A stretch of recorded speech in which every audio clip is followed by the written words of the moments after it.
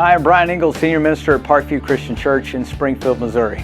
Welcome to our video series on women in ministry. This is video number 2. I hope you've had a chance to watch the first video where we tackled what the Bible says about whether it's a sin or not for women to preach, teach, or lead. In that video, I argued that it's not a sin. Check it out if you're curious to know how we got there. In this video, we're going to examine what Paul wrote about women in ministry and how that applies to the church today. And this is an important video for anyone who teaches or preaches from the Bible, because we're going to talk about interpreting the scriptures. Once again, we're going to start from 3 principles. First, we believe that the scriptures in the Bible are inspired. We believe that every passage in the Bible is there for a reason, and that every passage has something that God wanted you to know. Secondly, we believe that the scriptures in the Bible are inerrant. The way the Bible was originally written, when it's understood correctly, not twisted or misunderstood, but when we actually understand what the Bible is saying, we believe that the Bible tells us the truth. That's what we mean by inerrant. And third, we believe that God inspired the whole Bible. So we try to interpret it consistently. Whatever we believe the Bible says in one place should fit with what the Bible says in another place, because the same God inspired both things. So our interpretation of what Paul wrote in 2 Timothy should be consistent with what the book of Judges says in the Old Testament. So with those 3 principles in mind, let's tackle some things that Paul said about women and what that means for Christians today. Now, obviously, this topic is controversial, and Christians don't always agree with each other on what the Bible is saying or what the Bible means by this or that. That's also the case with this issue, women in ministry. Some churches and denominations ordain women and have women pastors, and other churches and denominations are completely against that. There are 2 main reasons, though, why a couple of churches, both of which believe in the truth and the authority of the Bible, might still come to different conclusions on women in ministry. One church believes that Paul was writing the rules for all time, and another church believes that Paul was handing out rules to people in his time, and that he would give us different instructions. Remember, what Paul wrote in the Bible was originally a letter that he wrote to another church or another person, and we are basically reading someone else's mail from 2,000 years ago. But at the same time, we also believe that what God spoke through Paul was God's truth, and we want to follow God's will when we feel like that Paul was sharing with us. But the question is, are we following the specific instructions, or are we following the principles behind those instructions? So you see, one church might look at what Paul wrote in his letter as something that applies today just like Paul wrote it, straight up. Pastor Voddie Baucham, for instance, summed up the way that many churches read these scriptures when he was asked why a woman is not allowed to preach, even if she's gifted at preaching. Here's his answer. 1 Timothy chapter 2 and verse 12. I do not permit a woman to teach or exercise authority over a man. Rather, she is to remain quiet. So, because the Bible says so. And that's it. The other thing is, well, what if a person feels like they have gifts to do that? No one gets to do everything they feel like they're gifted at. Because the Bible said so. Pastor Voddie believes that the instructions that Paul gave Timothy and the Corinthians are the rules for all time. But another church or a pastor might decide that what Paul wrote was an application of biblical principles. But since our situation today is different, we would apply biblical principles differently. In other words, the principles involved are still true for all time. Show respect and honor, act in church in a way that is proper and decent. But how we actually do that today would be different. In Paul's society, there was a traditional idea of marriage, family, and men and women, and apparently there was even something of a feminist movement which had caused controversies in the Roman world.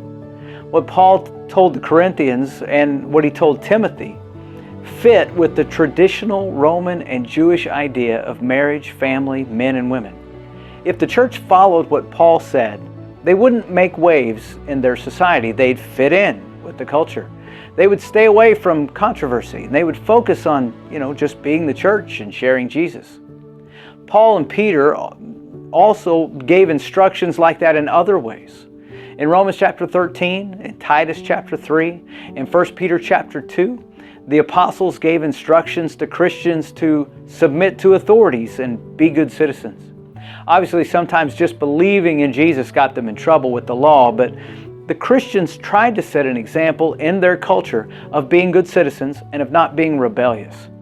And in 1 Peter chapter 2, Peter tells slaves to be good slaves. In Ephesians chapter 5 and 6 and Colossians chapter 3, Paul gives instructions to husbands, wives, children, slaves, and masters of slaves. All of these instructions were about being good people, being dependable, being trustworthy, showing proper respect. They were about being a good witness in their world of what a follower of Jesus is like. These types of verses in the Bible are called household codes. Paul and Peter wanted Christians to fit in with the culture in a good way so that they would not bring criticism and shame on the gospel. So they gave instructions to be a good father, be a good husband, be a good wife, be a good slave, be a good citizen. Those aren't necessarily, though, the rules for all time, because slavery, of course, is evil. And we don't think the Bible is saying that slavery is good just because the Bible had instructions for slaves and masters. They were just dealing with their world and their situation. Today, our situation is different, thank goodness. So we don't follow specific instructions about slaves, but we do follow the same principles. Paul told slaves to do their work even when the master wasn't looking. For us today, we don't have masters, but we do have bosses, we do have managers, and we do work at a job, so we follow the same principles, like work hard even when the manager isn't looking. So when it comes to women in ministry, in the instructions that Paul gave, some churches will see Paul's instructions as a way to fit in with the culture back in Paul's day. And when the principles were of showing respect to each other and honoring our spouse and acting appropriately and decently, well, those principles still apply. How we accomplish those principles, though, might mean that today we would allow women to speak or preach. In 1 Timothy chapter 2, 8 through 10, Paul writes this to Timothy. He says, "Therefore I want the men in every place to pray, lifting up holy hands without anger or argument. Also the women are to dress themselves in modest clothing, with decency and good sense, not with elaborate hairstyles, gold, pearls, or expensive apparel, but with good works, as is proper for women who profess to worship God." Now some churches and Christians have a conviction to follow these rules pretty closely. They may not require men to lift up their hands when they pray, but the women might have to dress simply and wear very little decoration. You might have been to churches like that. Other churches and Christians see these specific rules as applying more to Paul's day. For instance, in verse 9, it talks about modest clothing. It talks about decency and good sense.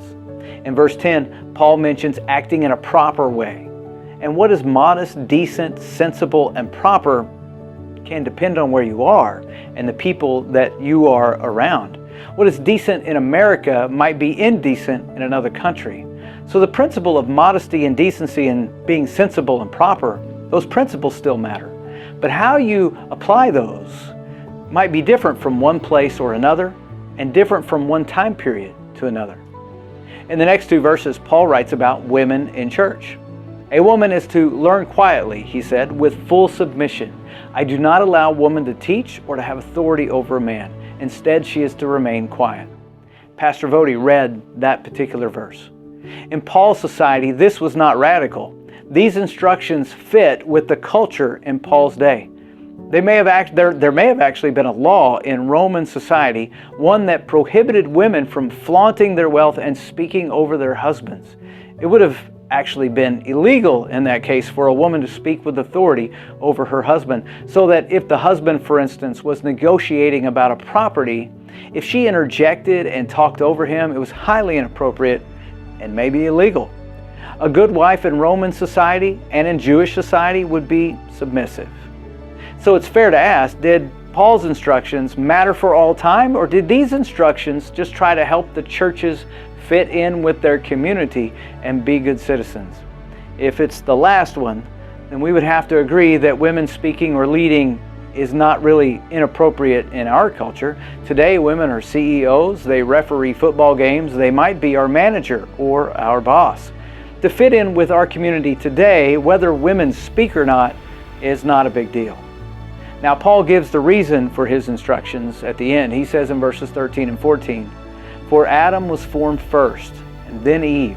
And Adam was not deceived, but the woman was deceived and transgressed."